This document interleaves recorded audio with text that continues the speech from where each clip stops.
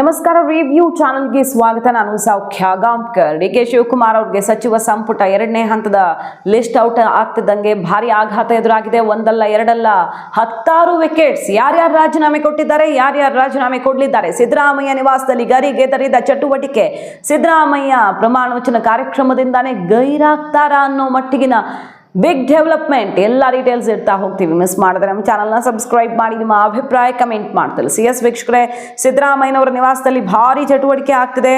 ಕೊನೆ ಹಂತದ ಕಸರತ್ತು ಅನ್ನೋ ರೀತಿಯಲ್ಲಿ, ಮಾಡು ಇಲ್ಲವೇ ಮಡಿ ಕಸರತ್ತು ಅಂತಲೂ ಅನ್ಕೊಳ್ಬಹುದು. ಇದು ಅಷ್ಟು ಜೋರಾಗಿದೆ. ತುಕಾರಾಮ್ ಅವರು ಬಂದಿದ್ದಾರೆ. ಮಹಿಳೆಯರಿಗೊಬ್ಬರಿಗೂ ಸಚಿವ ಸ್ಥಾನ ಇಲ್ಲ. ಕೊನೆ ಕ್ಷಣದಲ್ಲಿ ಅಂದರೆ ಫಸ್ಟ್ ಲಿಸ್ಟಲ್ಲಿ ಸೇರಿಸಿದ್ರು, ಅದನ್ನು ತೆಗೆದು ಬಿಟ್ಟಿದ್ದಾರೆ. ಸೊ ಅನ್ನಪೂರ್ಣ ಅವ್ರಿಗೆ ಕೊಡಲೇಬೇಕು ಅಂತ ಅವರು, ಈ ಕಡೆ ತುಂಬ ಜನ ಮಿಸ್ ಆಗಿರೋರು ಇದ್ದಾರೆ, ಅವರೆಲ್ಲ ಸಿದ್ದರಾಮಯ್ಯ ನಿವಾಸಕ್ಕೆ ಬಂದು ಸೇರ್ಕೊಂಡಿದ್ದಾರೆ. 4:15ಕ್ಕೆ ನಡಿಬೇಕಿದ್ದ ಕಾರ್ಯಕ್ರಮ ಮತ್ತೀಗ ಮುಂದಕ್ಕೆ ಹೋಗಿದೆ. ಫೈನಲ್ ಪಟ್ಟಿ ಕೂಡ ರಾಜಭವನಕ್ಕೆ ಹೋಗಿಲ್ಲ ಅನ್ನೋದು ಇಂಟ್ರೆಸ್ಟಿಂಗ್. ಇನ್ನು ಶಾಸಕ ಸಂಗಮೇಶ್ ತಿರುಗಿ ಬಿದ್ದಿದ್ದಾರೆ. ನಾವು ಯಾವ ಕಡೆ ಬೇಕಾದರೂ ಹೋಗಬಹುದು ಅನ್ನೋ ಸೂಚನೆ ಸಿಗ್ತಿದೆ ಅವ್ರ ಮಾತಲ್ಲಿ. 50 ಕೋಟಿ ಆಫರ್ ಬಂದಿತ್ತು BJPಯಿಂದ, ವಿತ್ ದೊಡ್ಡ ಮಂತ್ರಿಗಿರಿ ಕೊಡ್ತೀವಿ ಅಂತ. ಆದರೂ ನಾವು ಹೋಗಿಲ್ಲ. ಇವತ್ತು ಸೀನಿಯರ್ಸನ್ನು ಬಿಟ್ಟು ಕಂಡವರು ಕೊಟ್ಟಿದ್ದಾರೆ, ಬೇರೆ ಬೇರೆ ಪಕ್ಷಗಳಿಂದ ಬಂದವರು ಕೊಟ್ಟಿದ್ದಾರೆ. ಯಾರಿಗೂ ಉತ್ತರ ಕೊಡೋಕೆ ಆಗ್ತಾ ಇಲ್ಲ ಈಗ ಕ್ಷೇತ್ರದಲ್ಲಿ. ಮನಸ್ಸಿಗೆ ತುಂಬ ನೋವಾಗಿದೆ. ನಾಳೆ ಭದ್ರಾವತಿ ಕ್ಷೇತ್ರದಲ್ಲಿ ಹೋಗಿ ಅವ್ರ ಬಳಿ ಚರ್ಚೆ ಮಾಡಿ ಮುಂದಿನ ನಿರ್ಧಾರ ತಗೊಳ್ತೀನಿ ಅಂತಿದ್ದಾರೆ. ಸಂಗಮೇಶ್ ಅವರು ರಾಜೀನಾಮೆ ಕೊಡೋಕ್ಕೂ ರೆಡಿ ಅಂತಿದ್ದಾರೆ. ಕಳೆದ ಬಾರಿ ಕೊಟ್ಟವರಿಗೆ ಈ ಸಲನೂ ಕೊಟ್ಟಿದ್ದಾರೆ. ಅವರ ಮನೆ ಆಸ್ತಿನ ಸಚಿವ ಸ್ಥಾನ ಅಂತ ಈಗ ರಾಜೀನಾಮೆಗೆ ಸಂಗಮೇಶ್ ರೆಡಿಯಾಗಿರೋದು. ಮತ್ತೊಂದು ಕಡೆ ಗುಪ್ತ ಸಭೆ ಶುರುವಾಗಿದೆ. ಕ್ಯಾಬಿನೆಟ್ ಲಿಸ್ಟ್ ಪ್ರಕಟ ಬೆನ್ನಲ್ಲೇ ಕಾಂಗ್ರೆಸ್ನಲ್ಲಿ ಭಾರಿ ಅಸಮಾಧಾನ. ಶಾಸಕ ಸ್ಥಾನಕ್ಕೆ ರಾಜೀನಾಮೆ ಕೊಡೋಕೆ 16 ಶಾಸಕರು ರೆಡಿ ಆಗಿದ್ದಾರೆ ನೋಡಿ. ಈ ಹಿಂದೆನೇ ರಿವ್ಯೂ ನಿಮ್ಮ ಮುಂದೆ ಇಟ್ಟಿತ್ತು. ಇವತ್ತು ಈ ಲಿಸ್ಟ್ ಔಟ್ ಆಗ್ತಿದ್ದಂಗೆ ಯಾರ್ಯಾರ ದಾರಿ ಏನು ಅಂತ ಗೊತ್ತಾಗುತ್ತೆ. ಒಂದಿಷ್ಟು ಜನರನ್ನ ಸಮಾಧಾನ ಸದ್ಯಕ್ಕೆ ಮಾಡ್ಬೋದು, ಹೆಚ್ಚಿಗೆ ಫಂಡು ಅದು ಇದು ಅನೌನ್ಸ್ ಮಾಡಿ ಡಿ.ಕೆ. ಶಿವಕುಮಾರ್ ಅವರು. ಬಟ್ ಸೈಲೆಂಟ್ ಆಗಿ ಬೂದಿ ಮುಚ್ಚಿದ ಕೆಂಡದಂತೆ ಅದು ಯಾವುದೇ ಕಡೆಗೆ ವಾಲಬಹುದು ಆ ಅಸಮಾಧಾನ.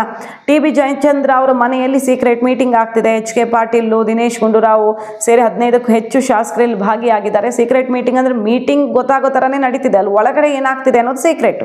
ಬಹಳ ದೊಡ್ಡ ಮಟ್ಟದಲ್ಲಿ ಅಸಮಾಧಾನ ಬ್ಲಾಸ್ಟ್ ಆಗಿದೆ.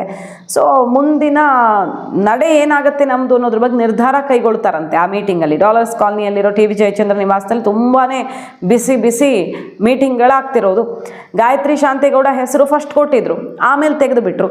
ಸೊ ಇದೆಲ್ಲವೂ ಕೂಡ ಆಕ್ರೋಶಭರಿತವಾಗಿದೆ. ಕೈಪಾಳ್ಯದಲ್ಲಿ ಸಿದ್ದರಾಮಯ್ಯನವರು ಸಿಕ್ಕಾಪಟ್ಟೆ ಸಿಟ್ಟಾಗಿದ್ದಾರೆ. ಕೊಟ್ಟ ಹೆಸರು ಫೈನಲ್ ಮಾಡಿಲ್ಲ, ಈ ರೀತಿ ನಮ್ಮನ್ನು ಕಡೆಗಣಿಸಲಾಗಿದೆ ಅನ್ನುವಂಥ ಆಕ್ರೋಶ ಸಿಡ್ತಿದೆ.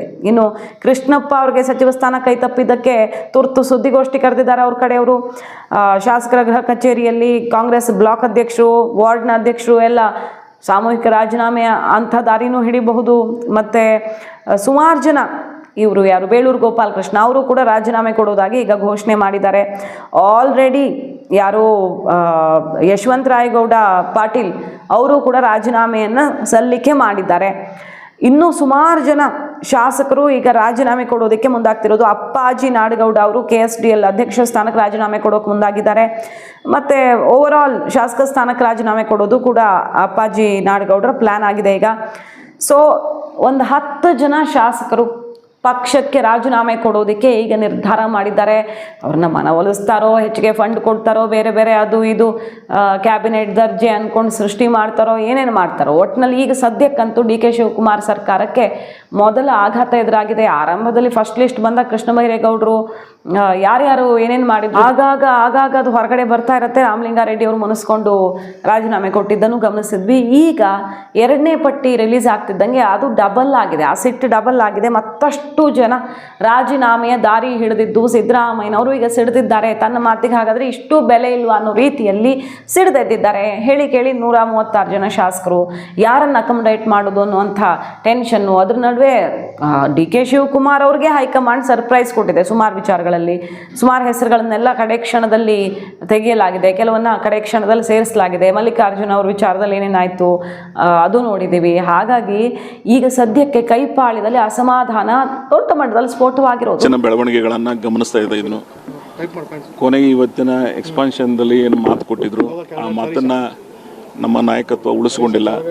ಸೊ ಅದಕ್ಕಾಗಿ ನನ್ನ ಅನಿವಾರ್ಯವಾಗಿ ಬೇರೆ ಮಾರ್ಗ ಇಲ್ಲ ನನಗೆ, ಅದಕ್ಕೆ ನಾನು ರಿಸೈನ್ ಮಾಡ್ತಾ ಇದ್ದೀನಿ. ಅದಕ್ಕಾಗಿ ಸ್ಪೀಕರ್ ಅವರು ಬಂದು ಸಬ್ಮಿಟ್ ಮಾಡಿದ್ದಾರೆ. ಸ್ಥಾನಮಾನಗಳು ಏನು ನೀವು ರಾಜೀನಾಮೆ ಕೊಡ್ತಷ್ಟ ಬಗೆಹರಿತಾವ, ಅಥವಾ ಇದು ಒತ್ತಡ ತಂತ್ರ? ಸ್ಥಾನಮಾನಕ್ಕಾಗಿ ರಿಸೈನ್ ಮಾಡ್ತಾ ಇಲ್ಲ, ನನ್ನ ಆತ್ಮಸಾಕ್ಷಿ ಒಪ್ಪದೇ ಇರೋದ್ರಿಂದ, ಕಾಂಗ್ರೆಸ್ನಲ್ಲಿ ನಿಷ್ಠೆ ಪ್ರಾಮಾಣಿಕ ಇದ್ದವರಿಗೆ ಬೆಲೆ ಇಲ್ಲ ಅಂತಕ್ಕಂಥ ಒಂದು ವಾತಾವರಣ ಬಿಜಾಪುರದಲ್ಲಿ ನಿರ್ಮಾಣ ಆಗೋದ್ರಿಂದ ಅನಿವಾರ್ಯವಾಗಿ ನನಗೆ ಬೇರೆ ಮಾರ್ಗ ಇಲ್ಲ. ಸಿಗ್ಬೇಕಾಗಿರೋ ಸ್ಥಾನ ತಪ್ಪಿಸಿದಾರೆ ಸರ್ ಯಾರಾದರೂ? ನಿನ್ನೆವರೆಗೆ ಇವತ್ತು ಬೆಳಗ್ಗೆವರೆಗೆ ಇದ್ದು ನನಗೆ ಇಂಟಿಮೇಷನ್ ಕೊಟ್ಟು ಇವತ್ತು ಆ ರೀತಿ ಮಾಡಿದ್ದಾರೆ ಅಂದರೆ ಅನಿವಾರ್ಯವಾಗಿ ನನಗೆ ಬೇರೆ ದಾರಿನೇ ಇಲ್ಲ.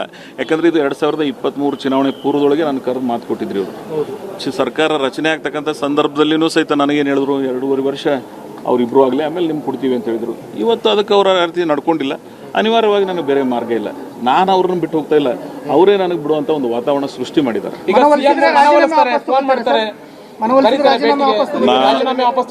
ನಾನು 4 ದಶಕಗಳ 8 ಚುನಾವಣೆಗಳನ್ನು ಎದುರಿಸಿರ್ತಕ್ಕಂಥ ಒಬ್ಬ ಪ್ರಬುದ್ಧ ರಾಜಕಾರಣಿ. ನಾನು ಒಂದೇನಾದರೂ ತೀರ್ಮಾನ ಮಾಡಿದೆ ಅಂದರೆ ಅದ್ರ ಹಿಂದೆ ಸರಿಯೋದಿಲ್ಲ. I never go back.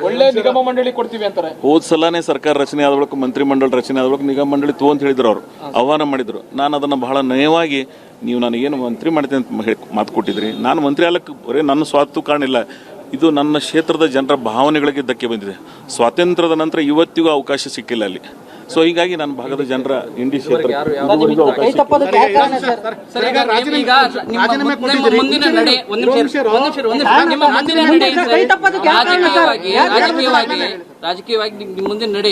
ನಾನು ನನ್ನ ಶಾಸಕ ಸ್ಥಾನಕ್ಕೆ ಇವತ್ತು ರಿಸೈನ್ ಮಾಡಿದ್ದೀನಿ.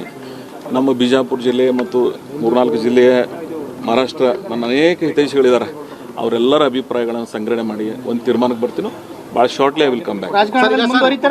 ಈಗ ರಾಜೀನಾಮೆಯನ್ನು ಅಂಗೀಕಾರ ಮಾಡೋದಿಲ್ಲ, ಸ್ಪೀಕರ್ ಈಗ ರಾಜೀನಾಮೆ ಕೊಡ್ತಿದ್ದಾರೆ, ನಿಮ್ಮ ಲೆಟರ್ನ ಏನೂ ಪ್ರೊಸೆಸ್ ಮಾಡೋದಿಲ್ಲ. ಹಾಗಾಗಿ ನಿಮ್ಮ ಪತ್ರದ ಬಗ್ಗೆ ಯಾವುದೇ ಆಕ್ಷನ್ ತಗೊಳ್ಳಿಲ್ಲ ಅಂತಂದ್ರೆ ನೀವು ರಾಜೀನಾಮೆ ಕೊಡೋದು ವೇಸ್ಟ್ ಆಗಲ್ಲ. ನಾನು ಕೊಟ್ಟ ಬಳಿಕ ಸ್ಪೀಕರ್, ನನ್ನ ಕ್ಷೇತ್ರದ ಜನ ಬೇಜಾರಲ್ಲಿದ್ದಾರೆ, ಮುಖಂಡರು ಬೇಜಾರಿದ್ದಾರೆ, ಬಹಳ ಜನ ಹತ್ಕೊಂಡು ಹೋಗಿದ್ದಾರೆ. ಯಾಕೆ ಈ ಥರ ಆಯಿತು ಅನ್ನೋದು ಗೊತ್ತಿಲ್ಲ. ಯಾಕಂದ್ರೆ 3 ಬಾರಿ MLA ಆಗಿ, ಒಬ್ಬ ಹಿಂದುಳಿದ ವರ್ಗದ ಒಬ್ಬ ಯುವಕನಾಗಿ, ಸಾಮಾನ್ಯ ಜನರಲ್ಲಿ ಬಂದಂಥ, ನಾನೇನು ದೊಡ್ಡ ಶ್ರೀಮಂತರ ಮನೆಯಿಂದ ಬಂದವನಲ್ಲ.